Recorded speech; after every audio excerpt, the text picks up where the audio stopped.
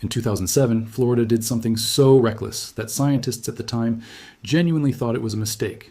The state loaded 500,000 tons of restaurant garbage onto barges and dumped it straight into the Gulf of Mexico on purpose, with government approval, while fishermen who had worked those waters for 3 generations begged them to stop, certain it would kill the little bit of ocean they had left. 18 months later, a scientist named Dr. Krimsky opened the first batch of data from the site and assumed her equipment was broken. It wasn't. By the end of this video, you'll understand why the same fishermen who once sued to stop this program ended up begging the state for more of it, why a Category 4 hurricane accidentally proved them all wrong in a single afternoon, and why something this strange, this controversial, and this cheap may be one of the most successful ecological restorations ever recorded in North American history. Let's go back to where it actually began, because almost nobody outside a handful of state offices was paying attention when it did. Between 2007 and 2024, the Florida Fish and Wildlife Conservation Commission ran an experiment that, on paper, sounds less like science and more like an environmental crime. Collected discarded oyster shells, the kind shoveled out of restaurant kitchens and seafood plants after the meat's already gone, truck them to the coast, load them onto barges, tip them overboard into the Gulf near Cedar Key. Not a test batch, over 500,000 tons of shells, dumped into open water with no precision placement, no engineering blueprint, nothing but the rough logic of where the currents might carry life toward them. The backlash was instant, and it was loud.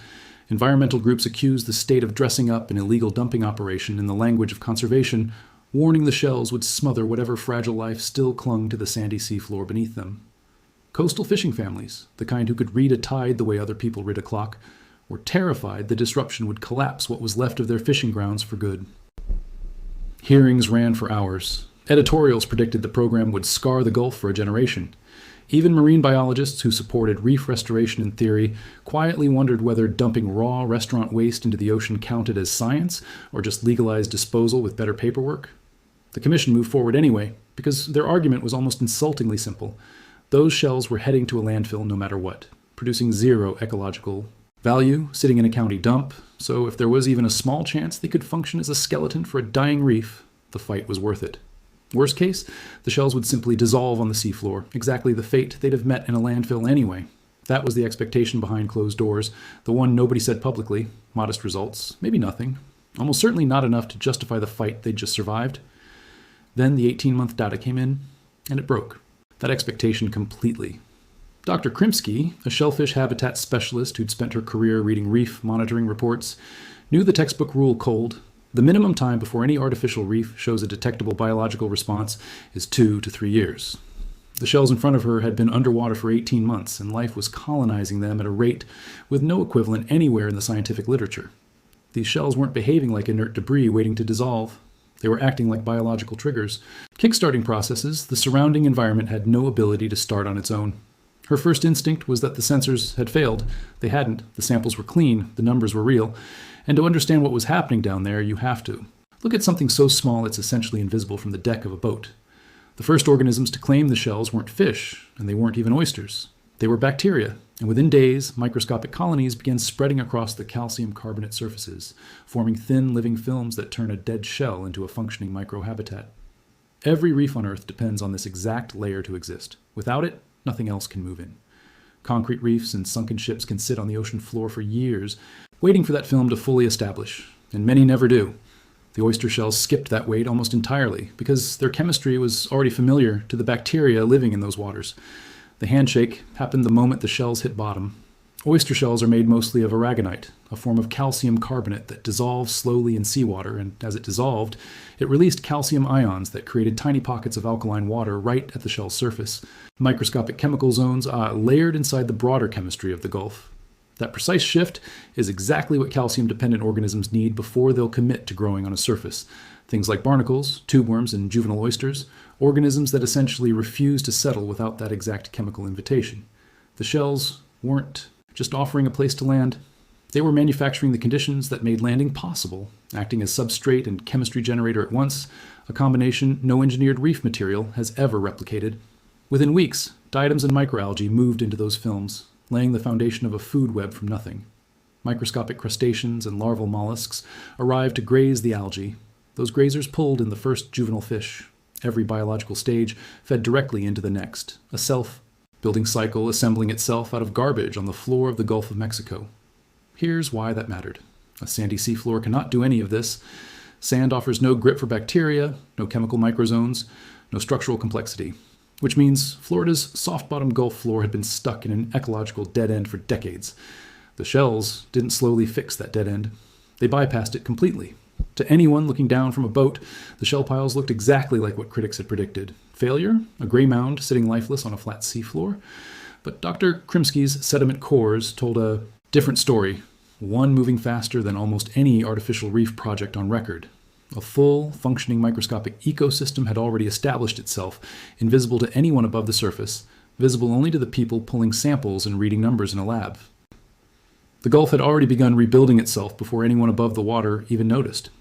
If a story like this is the kind of thing you want more of, hit subscribe right now, because what happened to the fish, the water, and eventually a Category 4 hurricane is about to change how you think about the ocean for good.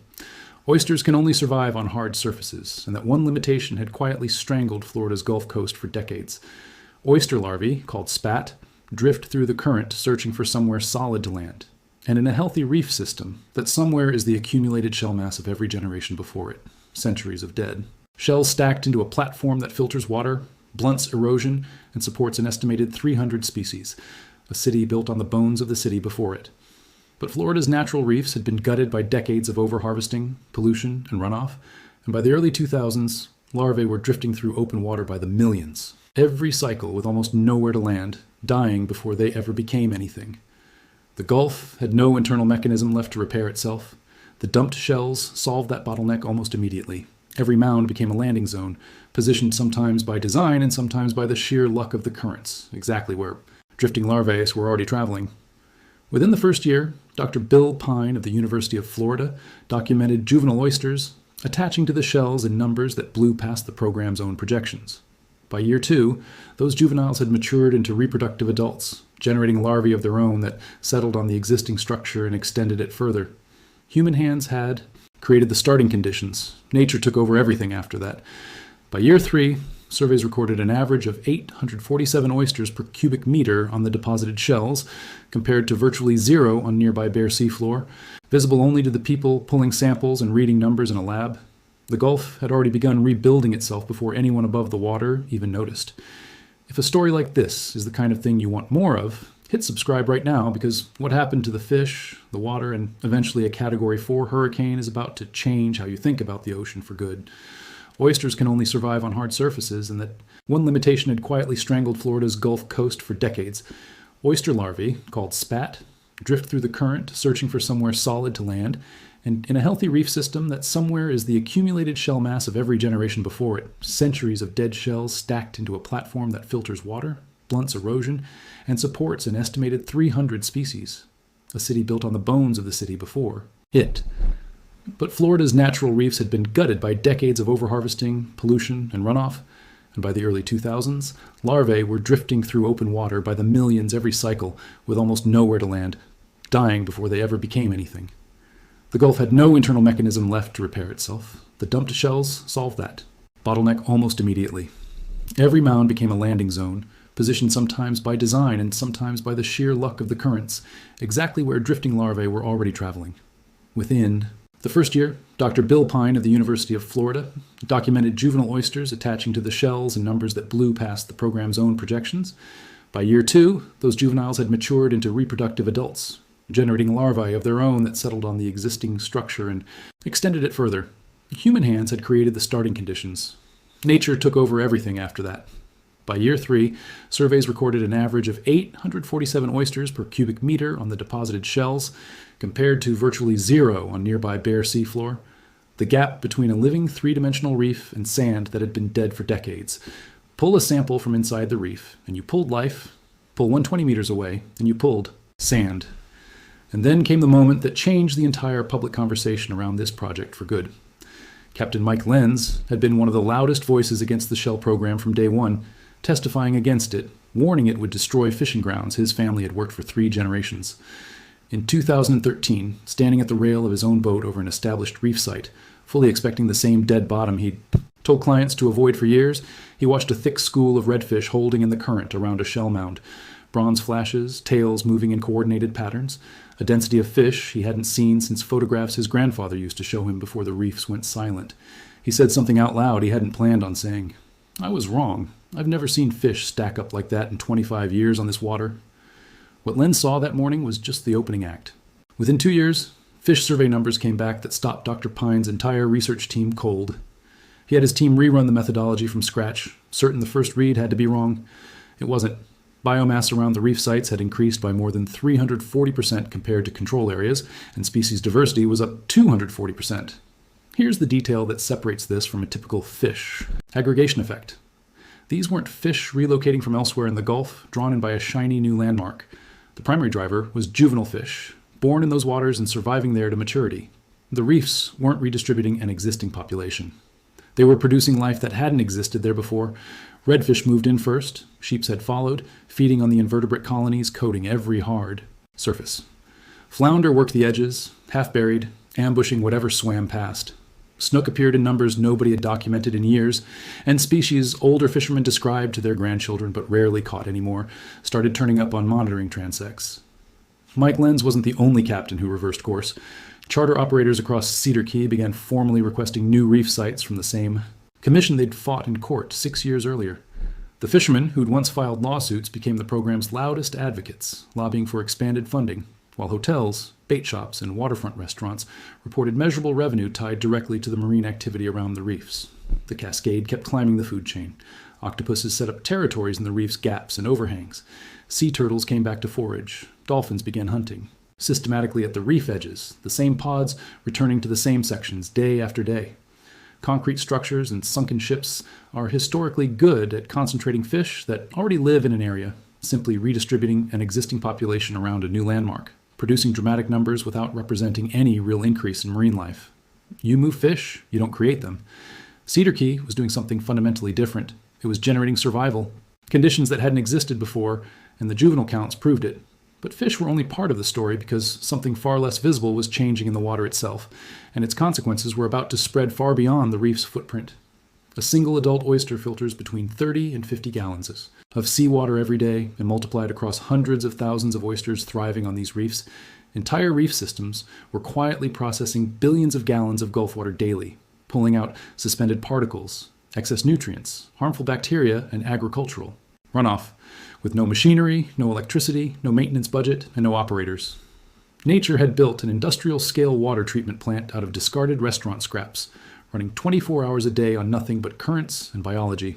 Florida's Gulf Coast has had a chronic nutrient pollution problem for decades, with nitrogen and phosphorus from agriculture and development feeding the harmful algal blooms that cloud the water and periodically trigger mass fish die-offs.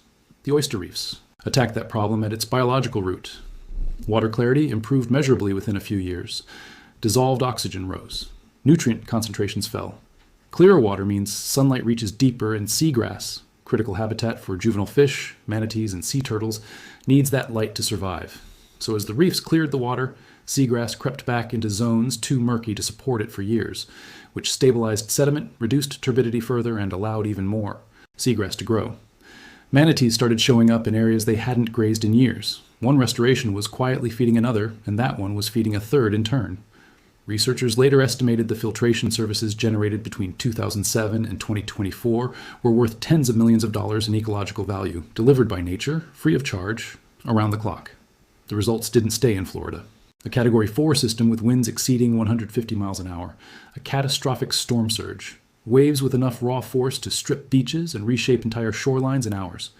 When Irma tracked through the eastern Gulf, researchers braced for the worst. 10 years of work, possibly wiped out in a single afternoon, since the shells were still loose enough in many sections that a powerful surge could scatter them across miles of open seabed. Dr. Krimsky was among the first scientists back on the water once the surge dropped, comparing erosion lines along reef-backed coastline against unprotected beaches nearby. Where the reefs sat offshore, the beach behind them held. Where the reefs were absent, the beach was simply gone. Shorelines backed by the restored reefs experienced dramatically less erosion, reduced by 30 to 40% compared to adjacent, soft, unprotected sand. The reefs hadn't just survived the hurricane, they had functioned exactly the way a seawall is supposed to, their dense, irregular structure absorbing and breaking up wave energy, before it ever reached the shore at full force. Sand staying where it belonged, marsh grasses keeping their footing, properties that should have lost feet of frontage, losing only inches. Insurance adjusters working post-storm claims on neighboring stretches of coast noticed the difference and started asking how a pile of restaurant shells had outperformed engineered seawalls a few miles down the same coastline. Engineers estimated the reefs prevented roughly $3 million in coastal property damage during Irma alone, and the total cost of the entire 15-year program came to about $5 million. The reefs had nearly paid for themselves in a single storm. Seawalls crack, riprap shifts.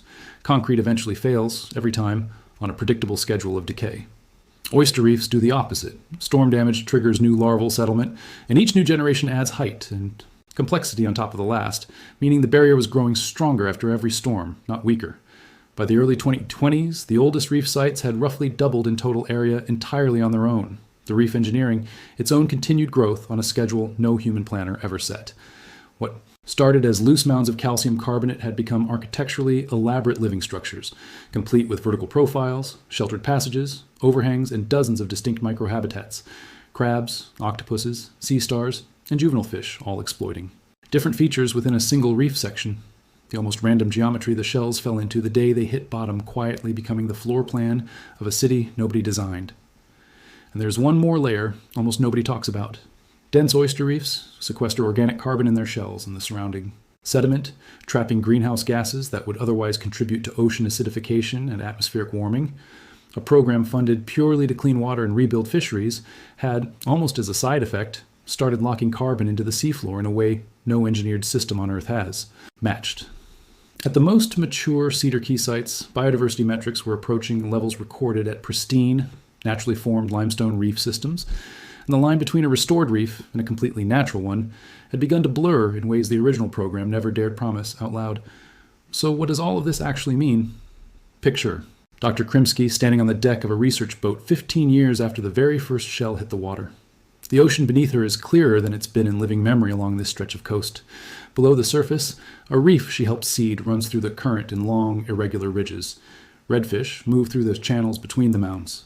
A sea turtle banks slowly past one of the older sites. Somewhere near the edge, a pod of dolphins works the perimeter, sheep's head drifting along the overhangs, sunlight reaching deeper into the water than anyone on this coast had seen it reach in decades, all the way down to where seagrass sways gently beside the shells.